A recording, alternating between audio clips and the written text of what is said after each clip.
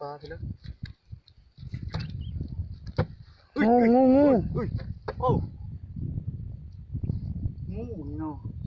พักนี่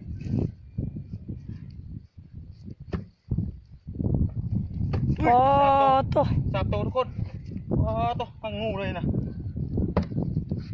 เฮ้ย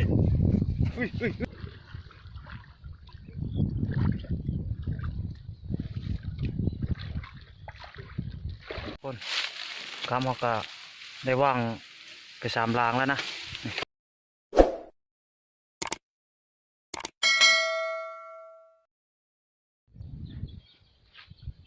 อันนี้ก็ทักทายสบายดีและก็สวัสดีพ่อแม่พี่น้อง FC ทุกท่านนะที่เข้ามาติดตามนะครับส้มวันนี้ก็อ้อมมาหน้าพี่น้องเอ้ยอ้อมมาหากินอ้อมมาหาอยู่หากินอ้อมมากับบ่ใหม่2 คนมื้อนี้ตอนนี้ก็บ่ใหม่เป็นเกอใกล้เกอไปกันแล้วทุกคนเลยนี่อ้อมาวันนี้ก็อ้อมมา2 คนได้อ้อมมากับบ่ใหม่ขี่รถจักรมารถมอเตอร์ไซค์วันนี้เอาก็สิพาเด็กไปหากินก่อนพี่น้องเอ้ยว่าสิไปหาซอสกุ้งนะ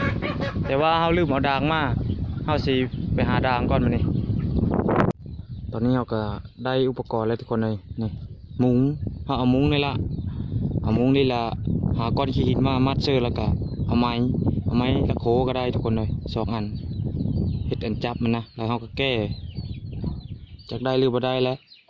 ก็ไปเบิ่งน้ำกันพี่น้องเลยเราก็ได้ขี้หินมาละนี่ขี้หินเราก็3 ก้อนเราสิได้มัดเชือกแยงนี่แหละทุกคนเลยมัดเชือกแยงนี่ตอนนี้เอาไปหาอันมัดก่อนมาเนี่ยหาอันมัดแล้วก็มามัดแล้วทุกคนเลยเราก็สิมัดก่อนมาเนี่ย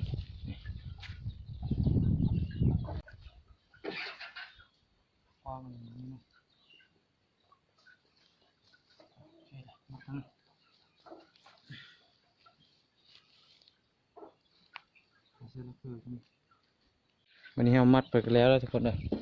เราก็สิได้ไปแก้ได้ปะเนี่ยไปแก้ลองเบิ่งก่อนว่ามันสิได้บ่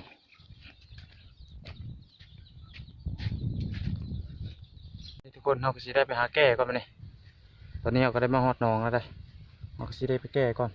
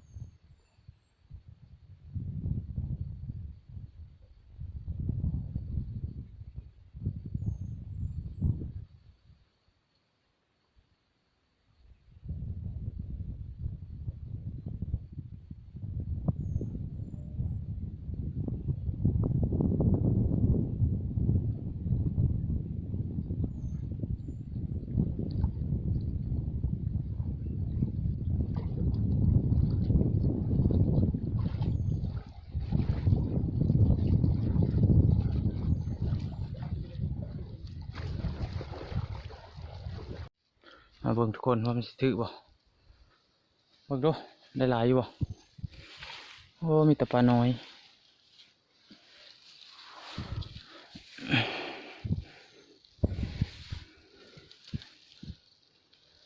นี่แหละทุกคนเลยนี่ปลาเค็งก็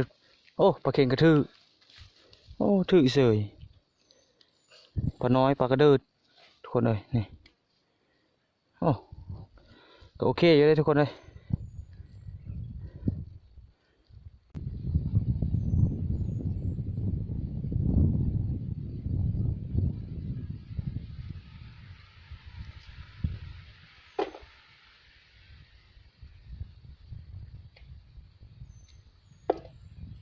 มีเตะอะไรบ้างเตะซ้ำที่ที่เปลือกได้ไปได้ไปเนี่ย น ทุกคนบาทหนึ่งก็ได้จำนี้แหละทุกคนเลยก็โอเคอยู่อ่ะเอาสีได้ไปแก้อีกแบบนี้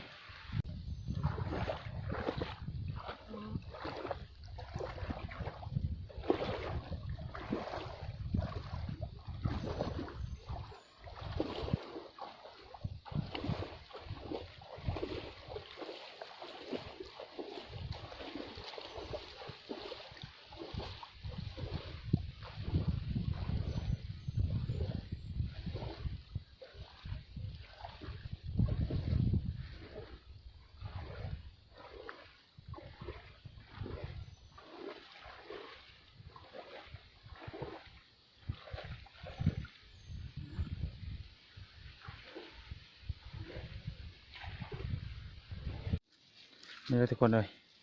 มาโซนบาทที่สองก็ได้หลายอยู่เลยได้หลายกว่ากินี่มันกุ้งก็มีทุกคนเลยแบบนี้นะนี่กุ้งก็มีแต่ตัวใหญ่ๆอยู่ก้อยคงคือสิแซ่บทุกคนเลยกันก้อยนี่โอ้คักมันนี่บาทที่สองนี่ถือว่าโอเคทุกคนเลยกว่ากินี่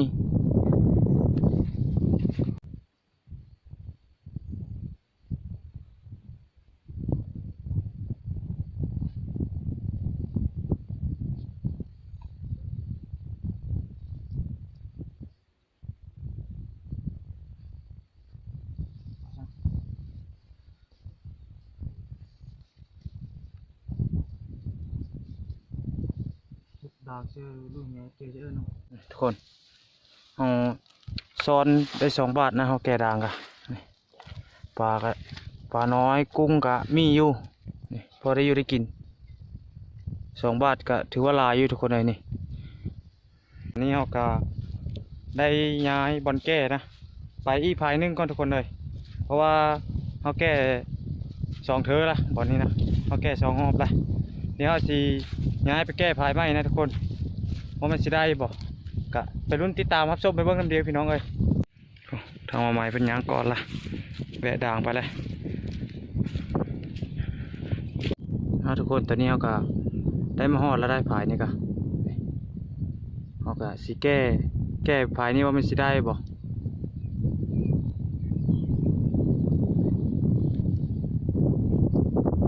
เขาก็สิได้ผ้าเดียวแก้แล้วทุกคนแบบนี้นะหนาวแห้งทุกคนเลยกับบรรยากาศลมแห้งๆนี่กับครึ้มๆหนาวคักขนาดนี่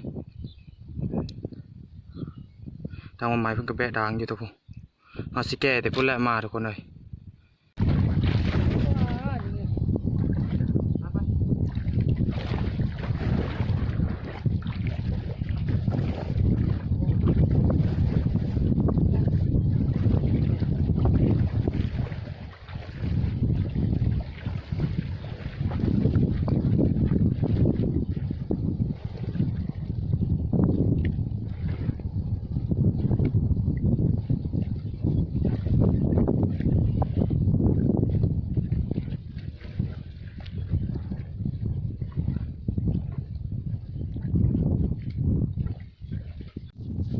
ฝ่ายนี้บ่ทึกปันใดพี่น้องเอ้ย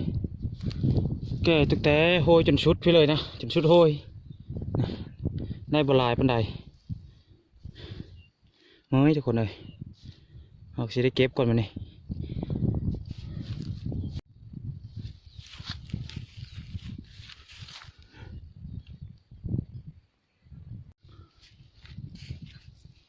ไม่ดูไปเลยเนาะน้อยไม่น้อยเปล่า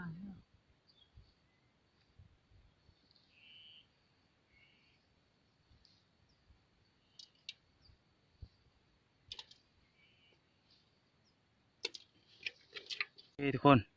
ตอนนี้เราก็ได้เก็บพี่เลยกันแล้วได้เราสิได้ไปหายามขาก่อนทุกคนเลยนี่ขาตัวน่ะเอาสิยามมังกรมันสิถือบ่แล้วก็ยามโกนนะทุกคนหาโกน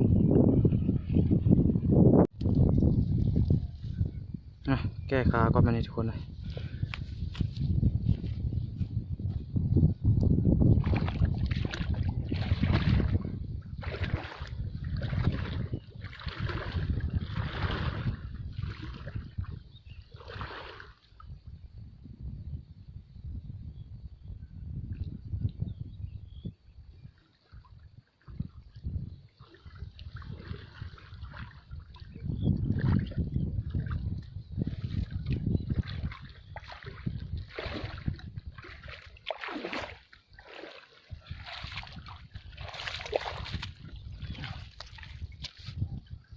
มีอยู่บ่เด้คือเห็นมีสมออยู่ทุกคนเลยมีอยู่บ่ปลดไม้เอาก่อนมันนี่มันสิมีบ่คือเห็นมีสมออยู่เลยทุกคน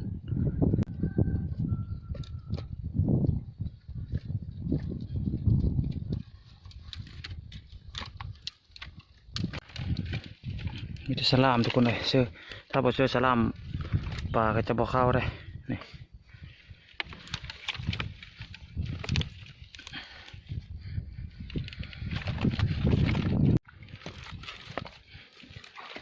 บ่มีทุกคนเลยถือจักโตเลยนะถือตะกุ้งกับปลาน้อยนี่โอ้ยประมาณ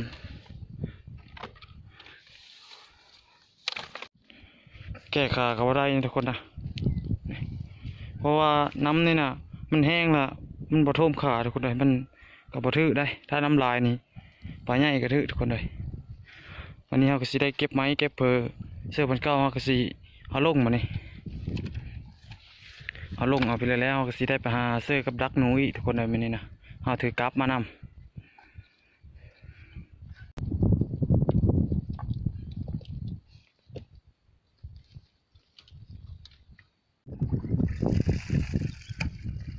โอ้โกดกับทึก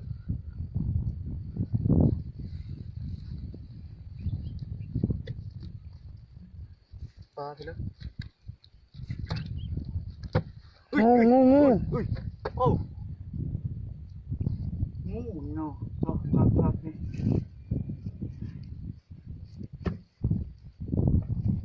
ปอโต สามตัวทุกคนอ๋อตัวทั้งงูเลยนะเฮ้ยปลาทุกคนโกนนี่นะมีงูทุกคนเลยนี่งูสามตัวปุ๊ตัวหนึงไปละตัวหนึงอยู่ในโกนนี่ทุกคนเลยปลาทอดเป็ดยานงูนี่นะนี่อยู่ในพวกย่างอยู่ทุกคนเลยปุ๊จุงพ่อปลายังมีข้าวเลยทุกคนเลยงูเขาสามตัวมันเอากินปลานะเอากินปลากินกุ้งโอ้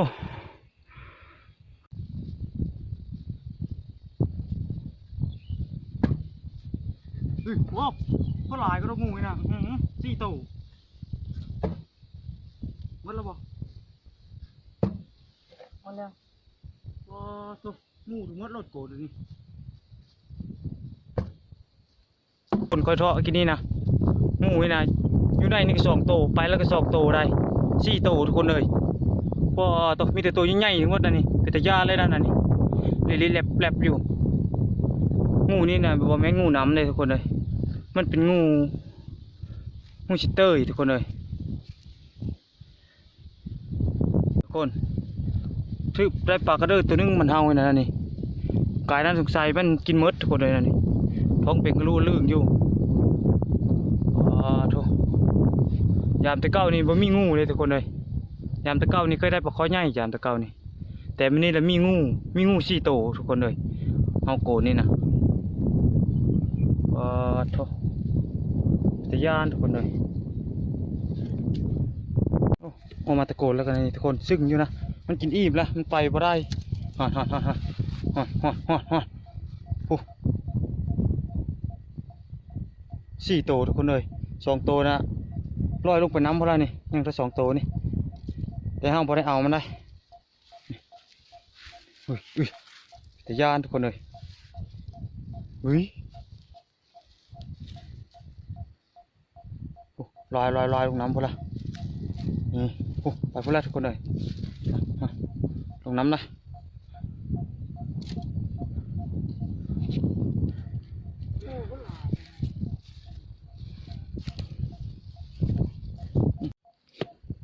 โอเคทุกคนเอายามโกนกะบ่ได้นะทุกคนเลยเพราะว่างูหลายทุกคนเลย4 ตัวมันเอาไปโกนนั่นนะ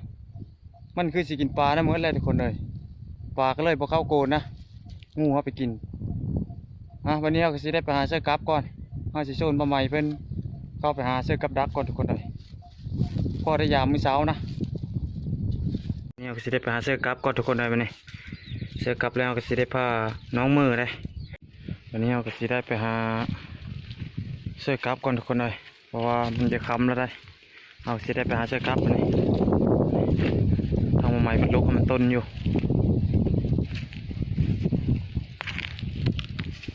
คนเอาก็ได้มาฮอดบอลเซอร์ครับเป็นที่เรียบร้อยแล้วได้เครื่องกระโตกะยังบ่ทันได้ล้างเลยทุกคนเลยยันมันค้ำนะเอาก็เลยเข้ามาเซอร์ครับก่อนนะนี่กระโตกะขี้ต้มทั้งหมดทุกคนเลยออกไปยังล้างทุกคนเพราะว่าเอาการจะมาเซอร์ครับนะครับเอาก็ยังบ่ทันได้นับนะทุกคนว่าจะกลางซื้อน้ำเฮไปน้ำทุกคนเลยครับโอ้ยกับลงลายยังเหลือเท่านี้แหละทุกคนเลยครับกะยังเหลือ13 หลางเขาซื้อนะ19 หลางทุกคนเลยเอาไปเอามาตอนเขาซื้อเอาก้อนนี้15 หลางวันนี้13 หลางนึงนะนี่ครับกะเฮ้นะนี่แหละทุกคนเลยเอามาซื้อกะมาซื้อปลาหญ้าค่าหนูพุกอยู่นี่แหละทุกคนเลยนี่ยังโคตรไม่ไหม้อยู่กับมีนะนี่ทุกคนนี่ดาดมันทั้งหมดแล้วนี่นะโอ้ดาดมันงามเลยดาดมันนะหอดสีปันเดียวกับน้องเขานี่ปันกับเซอร์ยังแล้วไว้นะนี่นี่ทุกคนดาดมันไปนะพุหมดพุ่นเลยได้ดาดมันนะเดี๋ยวหอดสีหาว่างกับซะก่อนมานี่หูยังไม่ไหม้เลยหอดเซอร์มือนั้นได้ตัวนึงนะทุกคนหอดเซอร์ลองเบิ่งนะถืออลีแต่มื้อนี้เฮาลองมาเซอร์อลีทุกคนในมื้อนี้นะเซอร์ย้ายๆเซอร์แถวนี้เลยเพิ่มมันถือนะ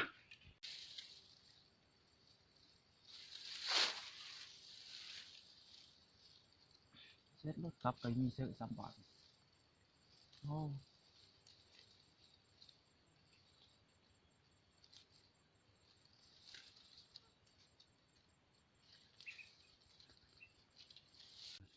เอาว่างเสื้อป้าคูยไม่เลยนะป้าคูยไม่เลยเอาเสื้อนะนอนนี่กับทุกคนนะนี่มันกัดนะกัดจะกัดลำต้นนะทุกคน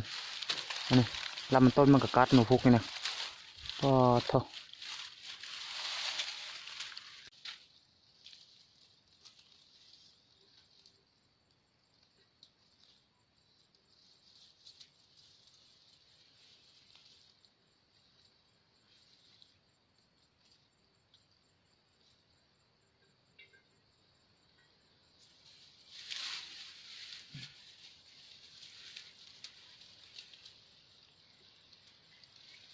คนข้ามเขาก็ได้ว่างไป3 รางแล้วนะเอาสีเจออ้อมๆแถวนี้หมดเลยทุกคนกับ7 รางเขานี่พอใหม่ไปก็เอาไปเสื้ออีก7 รางทุกคนเลยนี่โอ้ทางเพิ่นก็เสื้ออยู่พูละ